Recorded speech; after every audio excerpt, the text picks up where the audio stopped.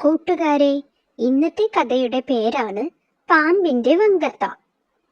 ഇത് ഒരു തണുപ്പുകാലത്ത് നടന്ന കഥയാണ്.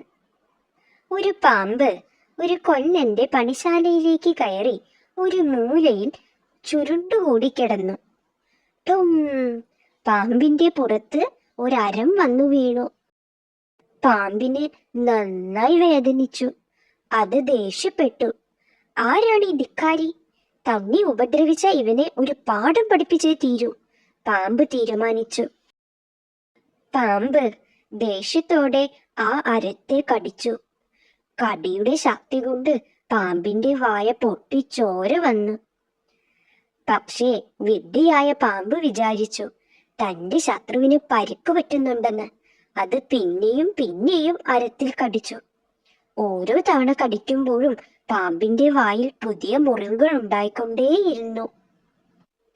പാമ്പിന് പക്ഷേ അതൊന്നും മനസ്സിലായില്ല. ദേഷ്യം ഒട്ടൊന്ന് ശമിച്ചപ്പോൾ പാമ്പിന് മനസ്സിലായി അരത്തിന് കേടൊന്നും പറ്റിയിട്ടില്ലെന്നും തന്റെ വായ മുറിഞ്ഞാണ് ചോര വരുന്നതെന്ന്. പാവം പാമ്പ് അതിൽ നിന്ന് ഒരു പാഠം പഠിച്ചു.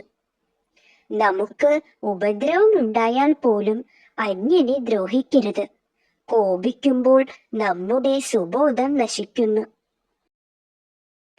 അത് തന്നെയാണ് പാമ്പിനും സംഭവിച്ചത്. കഥ ഇഷ്ടമായോ കൂട്ടുകാർക്ക്?